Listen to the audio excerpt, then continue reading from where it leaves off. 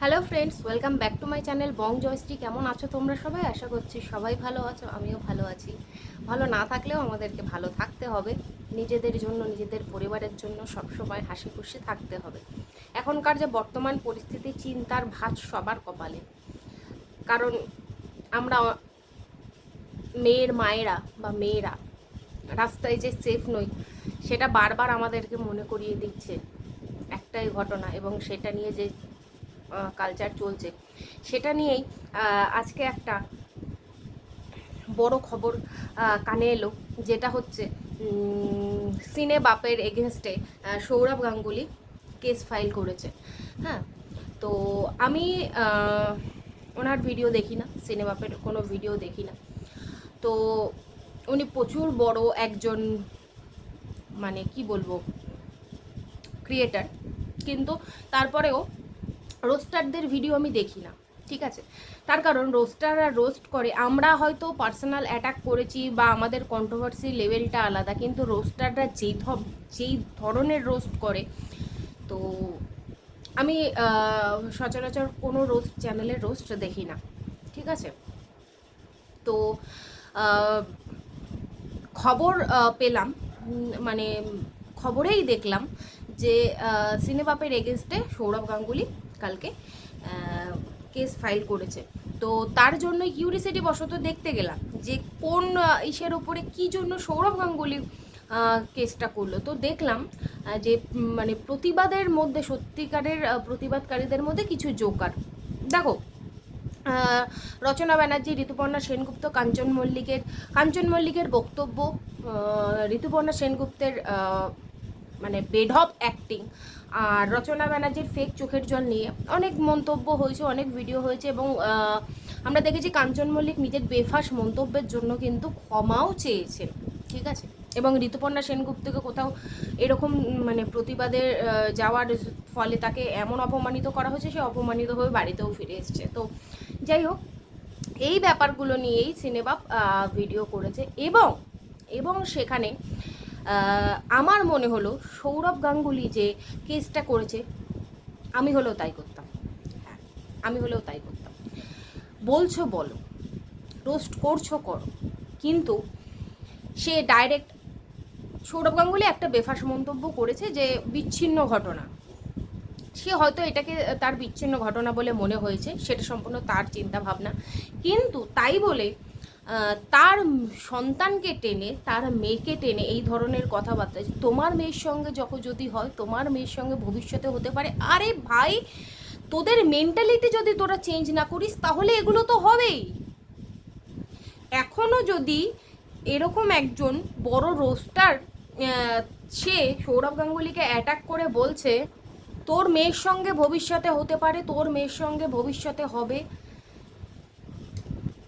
তো একদিকে তুমি প্রতিবাদ করছো, প্রতিবাদ করে তুমি তাদেরকে রোস্ট করছো, তারপরে আবার একদিকে বলছো কাল যদি তোমার মেয়ের সঙ্গে এরকম হয়, তার মানেটা কি?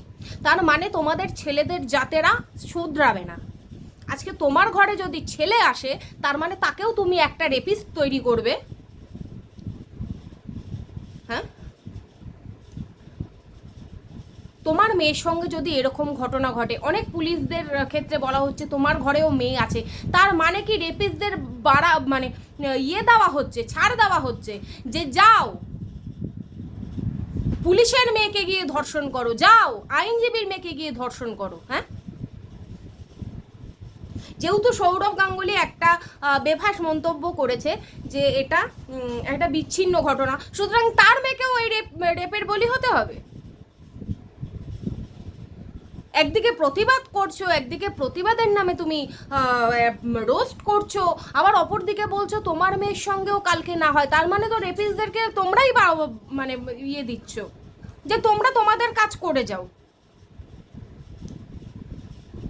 আজ আমি একটা ভিডিও শেয়ার করেছি, যেটা আজকে দেখলাম সিনেবাপ নিজেরও কিছুটা অংশ দিয়েছে, সেটা হচ্ছে সম্ভবত কোনো ডান্স শোয়ের একটা অ্যাক্ট, যেখানে এই আমাদের এই কলকাতার আরজি করের প্রতিবাদ নিয়ে একটা অ্যাক্ট করা হয়েছে, সেখানে লাস্টে আমি ফেসবুকে শেয়ারও করেছি, লাস্টে একটা খুব দামি কথা বলা হয়েছে যে মেয়েদের রাতের ডিউটি বন্ধ না করে বা মেয়েদেরকে না শিক্ষা দিয়ে ছেলেদেরকে শিক্ষা দাও, যাতে ছেলেরা আগে মানুষ হতে শেখে, আগে পুরুষ না, আগে তার মধ্যে মনুষ্যত্বটা জাগাও।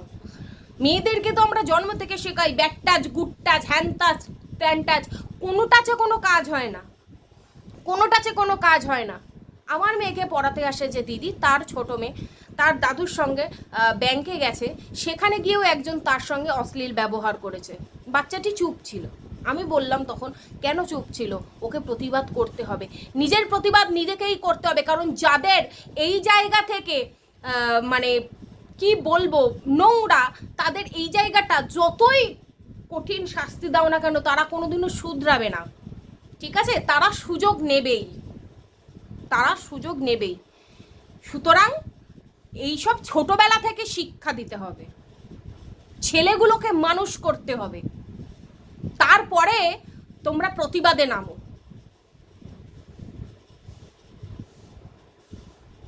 আমার ওইটাই খারাপ লেগেছে। ঠিক আছে, তুমি রোস্ট করছো, তুমি তার প্রতি মানে সে একটা বেফাস মন্তব্য করেছে যে বিচ্ছিন্ন ঘটনা, তুমি তার প্রতিবাদে তাকে দুটো কথা তুমি বলতেই পারো তোমার রোস্টের মাধ্যমে, কিন্তু তা তোমার ঘরেও মেয়ে আছে, তোমার ঘরের মেয়ের সঙ্গেও কালকে এরকম হতে পারে, মানেটা কি? তার মানে তোমার ঘরের মেয়ের সঙ্গে হোক, তখন তুমি বুঝতে পারবে। মানে এইটা বোঝানোর জন্য যে এটা একটা বিচ্ছিন্ন ঘটনা না, এটা একটা কি ঘটনা সেটা বোঝানোর জন্য তার ঘরের মেয়েটাকেও তুমি রেপ করার জন্য, মানে রেপ হওয়ার জন্য পরবর্তীকালে হুমকি দিচ্ছ। তোমার মতন লোকেরাই হচ্ছে আসল রেপিস্ট, যারা মুখে একটা মুখোশ পরে ঘুরে বেড়ায় সমাজে যে প্রতিবাদ প্রতিবাদ প্রতিবাদ, অথচ তোমাদের মেন্টালিটিতেই এই যে যারা হাতে মোমবাতি নিয়ে ঘুরছে আর যারা এই যে প্রতিবাদ করছে, তাদের মধ্যেও প্রচুর ধর্ষক মেন্টালিটির মানুষ আছে, প্রচুর রয়েছে, এরকম প্রচুর ভালো মানুষের মুখোশ সেজে লুকিয়ে রয়েছে। এই যে যারা এই যে এই কাণ্ডটির সঙ্গে যুক্ত, দুটো মাথা সবে ধরা পড়েছে, বাকি মাথাগুলো তো এখনো প্রতিবাদের নাম করেই ঘুরে বেড়াচ্ছে সমাজে। হ্যাঁ, নিজেদেরকে লুকিয়ে তো ঘুরে বেড়াচ্ছে, তারাও হয়তো কোনো দলে ঢুকে প্রতিবাদ চাইছে। নিজেদের বিকৃত মস্তিষ্ক তোমরা চেঞ্জ করবে না, তোমরা পুলিশকে বলছো তোমার মেয়েও হচ্ছে বড়, মানে পুলিশের মেয়ের সঙ্গে মেয়েকে রেপ করা যায়, তারপরে পুলিশের চেতনা ভাঙবে? এগুলো কোনো কথা? এইভাবে তোমরা রেপের এগেনস্টে প্রতিবাদ করছো?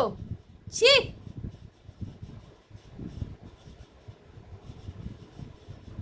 যাদের এখানটায় ডিস্টার্ব তারা কোনোদিনও শুধরাবার নয়। সুতরাং ছোটবেলা থেকে রাস্তা টানো, মেয়েদেরকে গুড টাচ ব্যাড টাচ ক্যারেটে না শিখিয়ে ছেলেদেরকে শেখাও কিভাবে মানুষ হতে হয়। মেয়েরা কী ধরনের ড্রেস পরবে না পরবে সেটা সম্পূর্ণ তার রুচি, সম্পূর্ণ তার পরিবারের রুচি, সম্পূর্ণ তার ব্যাপার। সে একটা খারাপ ড্রেস পরেছে, মানে খারাপ ড্রেস মানে শর্ট ড্রেস বা কোনো কিছু দেখা যাচ্ছে, বলিউডে সব অ্যাক্টার অ্যাক্ট্রেস যারাই ইসের সঙ্গে যুক্ত তাদের প্রত্যেকের তো এই যে এত বড় বড় ইয়ে শো হচ্ছে, তাদের প্রত্যেকেই তো এতখানি তো খোলাই থাকে, তাদের কি রাস্তাঘাটে ধরে রেপ করে দেওয়া হচ্ছে? বিদেশে বিদেশে সবাই বিকিনি পরে শুয়ে থাকছে বিচে, তাদের কি ধরে ধরে করে দিচ্ছে? তাহলে আমাদের ইন্ডিয়াতে ছোট ছোট বাচ্চারা হচ্ছে কেন? এই যে আমাদের অভয়া, তাকে কেন করা হলো? ভাই বিচার করছো, বিচার চাইছো, সেটা খুব ভালো কথা। বিচার প্রত্যেকেই প্রত্যেকের মতো করে চাইছে। আজকে আমি রাস্তায় বেরোচ্ছি না বলে আমি বিচার চাই না সেটা নয়, আমি জানি আমার মধ্যে মানে কি হচ্ছে বা আমি কতটা দুশ্চিন্তায় থাকি, কারণ আমার ঘরে দুটো মেয়ে আছে, আমরা সেফ নই। তার জন্য বলে দিলাম অমুক দোষী তমুক দোষী, হ্যানা দোষী তেনা দোষী, আসল দোষীদের খুঁজে বার করাটা হচ্ছে আমাদের প্রতিবাদ।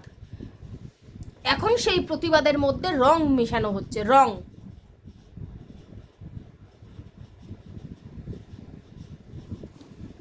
সুতরাং প্রতিবাদটা প্রতিবাদের মতো করে করো। তুমি যতটুকু তোমার ভিডিওতে সবটুকু ঠিক ছিল, কিন্তু তুমি কি করে বলতে পারো যে তোমার মেয়ের সঙ্গেও এইটা পরবর্তীকালে হতে পারে? তার লাইফ হিস্ট্রি নিয়ে, তার বায়োগ্রাফি নিয়ে সিনেমা হতে চলছে। তুমি কে হে বলার যে যারা বায়োগ্রাফি লিখছেন দাদার মানে জন্য, সিনেমা বের করার জন্য, তারা ভেবে দেখবেন তুমি কে বলার হে ভাই? তুমি নিজেকে কি মনে করো, ভগবান? সিনেবাপ কি ভগবান? তুমি যে প্রতিবাদ করতে বসেছো, তুমি বলো তো তোমার চ্যানেলে প্রতিটা ভিডিও নেকু মামনি, এই বৌদি, ওই বৌদি, মেয়েদের তো মা মাসি এক করে ভিডিও করেছো। তোমার চ্যানেলে তো মেয়েদের নিয়ে রোস্ট ভর্তি, আর নিজের রোস্টগুলোকে তোমার নামে এর আগেও এরকম অনেকই শুনেছি যে তুমি মেয়েদেরকে নিয়ে নোংরা নোংরা রোস্ট করো, নোংরা নোংরা মানে যাচ্ছে তাই ননভেজ রোস্টিং তোমার। তখন সেই মেয়েগুলোর মান সম্মান নেই, তুমি মুখে রেপ করছো রোস্টিংয়ের নাম দিয়ে, আর তারপরে প্রতিবাদ চাইছো একটা রেপের এগেনস্টে। তোমার তো লজ্জা হওয়া উচিত। প্রতিবাদ তুমি চাইতেই পারো, তা বলে তুমি এটা বলতে পারো না যে একজন খারাপ মন্তব্য করে ফেলেছে বা বাইফাস একজন মানে বেফাস একজন বাজে মন্তব্য করে ফেলেছে বলে তার মেয়েকেও রেপ হতে হবে। আগে নিজে সম্মান দিতে শেখো মেয়েদেরকে। যেই ধরনের রোস্টিং তুমি করো, যেই ধরনের ভাষা তুমি মেয়েদের এগেনস্টে ইউজ করো, সেটা রেপের থেকে কম কিছু না। তুমি মুখ দিয়ে রেপ করো, ঠিক আছে, সেটা বন্ধ করো। তারপরে তুমি অন্যের মেয়েদেরকে নিয়ে কথা বলো, অন্যের প্রতিবাদ নিয়ে কথা বলো। লজ্জা থাকা দরকার। যেরকম এই রচনা ব্যানার্জির লজ্জা হওয়া দরকার, যেরকম ঋতুপর্ণা সেনগুপ্তের লজ্জা হওয়া দরকার এত বাজে অ্যাক্টিং করার জন্য, তেমনি তোমারও লজ্জা হওয়া দরকার কিছু ভিউজের জন্য এমন একটা প্রতিবাদ ভিডিও নিয়ে আসলে যেখানে একটা মানে কি বলবো আমরা, যাকে বলি দাদা সৌরভ গাঙ্গুলি, তার মেয়েকে এই ধরনের মন্তব্য করার জন্য তোমার নিজের লজ্জা হওয়া দরকার, নিজের অনুতপ্ত হওয়া দরকার। আমি সম্পূর্ণ সমর্থন করছি সৌরভ গাঙ্গুলির এই কেস করা। আমি জানি না এরপরে ওনার সব চেলা চামুন্ডারা, ওনার সব প্রিয় লোকেরা আমার ভিডিওটা কতটা ভিউজ হবে, তাদের চোখে পড়লে তারা এসে আমাকে কী মন্তব্য করবে, আই ডোন্ট কেয়ার। আমার যেটা মনে হয়েছে আমি সেটা বলেছি। তার ভিডিও আমি কোনোদিনও দেখতে যাই না, কিন্তু এই কথাটা শোনার পর দেখতে গেলাম যে কি এমন বলেছে যার জন্য সৌরভ গাঙ্গুলি কেস করবেই ভাই। আমার মেয়েকে নিয়ে যখন বলছিল আমিও কেস করতে হয়েছিলাম, যদিও সেটা একটা পাক্কা মানে কি বলবো মাসির জন্য সেটা কিছু হয়নি, কারণ মাসি নিজের ক্ষমতা দেখায় ভুলভাল জায়গায়। কিন্তু ওনার জায়গায় আমি হলে আমি আবারও যেতাম।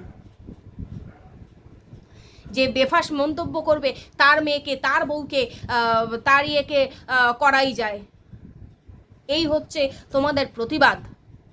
বাহ, প্রত্যেকে চাই আমরা শাস্তি হোক। দুটো মাথা ধরা পড়েছে, এবার আসলগুলো ধরা পড়ুক, যারা এই কাজটা মানে নিজের হাতে করেছে। আমার তো মনে হয় এদেরকে ধরে আমাদের হাতে তুলে দেওয়া উচিত। আমারও এতটাই ক্ষোভ মনে, কিন্তু তার জন্য মানে ওই লিপস্টিক ঘষে মানে মাইকে গলা ফাটিয়ে খবরের শিরোনামে এসে বা ভিডিও করার জন্য মিটিংয়ে মিছিলে হেঁটে আমার কাছে অত ওই সময়টা নেই প্রতিবাদ করার মতো। আমি নিজে জানি আমি কোথায় প্রতিবাদ করছি, কিভাবে প্রতিবাদ করছি, সেটুকুই আমার থাকলে হবে। আমি আমার কাছে ক্লিয়ার, কারণ আমিও জানি আমি দুটো মেয়ের মা, আমিও জানি কোথায় কি প্রতিবাদটুকু করতে হবে।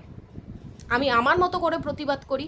আর একটা কথা, সব মানে ভিডিও শেষ করার আগে আর একটা কথা আমি বলতে চাই যে যারা বিশাল বিশাল মানে ত্রাণ জুনিয়র ডক্টরদের জন্য নিয়ে যাচ্ছেন, সেখানে খাবার নষ্ট হচ্ছে, আমরা প্রায়ই দেখতে পাচ্ছি। তারা বলছে যে আর খাবার পাঠাবেন না, এবার খাবার নষ্ট হচ্ছে। তো তাদেরকে বলছি, খবরের শিরোনামে ওঠার জন্য, নিজের নাম কামানোর জন্য ওখানে মানে 400-500 লোকের জন্য বিরিয়ানি, 400-500 লোকের জন্য মাংস ভাত মিষ্টি যে নিয়ে যাচ্ছেন, তাদের এখন সেটা আর প্রয়োজন নেই, কারণ তাদের এনাফ হয়ে গেছে, তাদের সেগুলো এখন নষ্ট হচ্ছে। তো সেগুলো একটু দয়া করে ত্রাণ শিবিরে দিন। যারা বন্যায় ভেসে গেছে, যারা বন্যায় ভেসে গেছে তাদেরকে এবার একটু দয়া করে হেল্প করুন। এবার বলবে যে তুমি কেন, আমি তো নিজেই এক ভিখারি, আমার যদি সামর্থ্য থাকতো আমি অবশ্যই হেল্প করতাম, আমার সামর্থ্য নেই, সেই জন্য আমি না ডক্টরদেরকে হেল্প করতে পেরেছি, না আমি বন্যার ত্রাণে হেল্প করতে পারবো। কিন্তু যাদের প্রচুর আছে, যারা 400 500 600 প্লেট বিরিয়ানি জুনিয়র ডাক্তারদের জন্য দিয়ে আসছেন, তারা কিন্তু নিজেরাই বলেছে যে আমাদের কিন্তু আর দরকার নেই খাবারের। তো সুতরাং সেই জিনিসগুলো নষ্ট না করে, খবরের শিরোনামে ওঠার জন্য খাবার জিনিস নষ্ট না করে, যাদের সত্যি দরকার এবার একটু তাদের পাশে দাঁড়ান, বন্যায় কবলিত মানুষদের পাশে একটু দাঁড়ান, তাহলে আরও বেশি আশীর্বাদ পাবেন। আবার যখন ডক্টরদের দরকার হবে তখন আবার তাদেরকে দেবেন। শুনছিলাম হয়তো বৃহস্পতিবার ওনাদের ইয়ে উঠে যেতে পারে, শিওর না, ফাইনাল না, শুনেছিলাম খবরে। সে যাই হোক, যখন আবার তাদের প্রয়োজন পড়বে তাদের পাশে দাঁড়ানোর জন্য এত মানুষ আছে, কিন্তু এই বন্যায় কবলিত মানুষগুলোর পাশে, তারা গরিব বলে তাদের পাশে কজন আছে, তাই না? তো কিছু সহৃদয় ব্যক্তি যদি তাদের পাশে গিয়ে দাঁড়ান, এই যেই খাবারগুলো ওখানে দিয়ে নষ্ট করছেন, কারণ ওখানে তো হিউজ কোয়ান্টিটি হয়ে গেছে না, তারা এত খেতে পাচ্ছে না, সেগুলো যদি এবার এইদিকে বন্যা কবলিত মানুষদেরকে দেয়, তাহলে তারাও প্রাণে বাঁচবে। চলো সবাই ভালো থেকো, সুস্থ থেকো। আর যাদের গালাগালি করার অভ্যেস, যারা গালাগালি করার, তারা তো গালাগালি করবে, এসে করে যেও, কোনো ব্যাপার না, আমি দেখবো, হাইট করে দেবো, ব্যাস। আমার বক্তব্যটুকু আমি জানিয়ে গেলাম। সবাই ভালো থেকো, সবাই সুস্থ থেকো। আবার যদি দরকার পড়ে তখনই আসবো কোনো কন্ট্রোভার্সি ভিডিও নিয়ে। আপাততর মতো bye bye, love you all.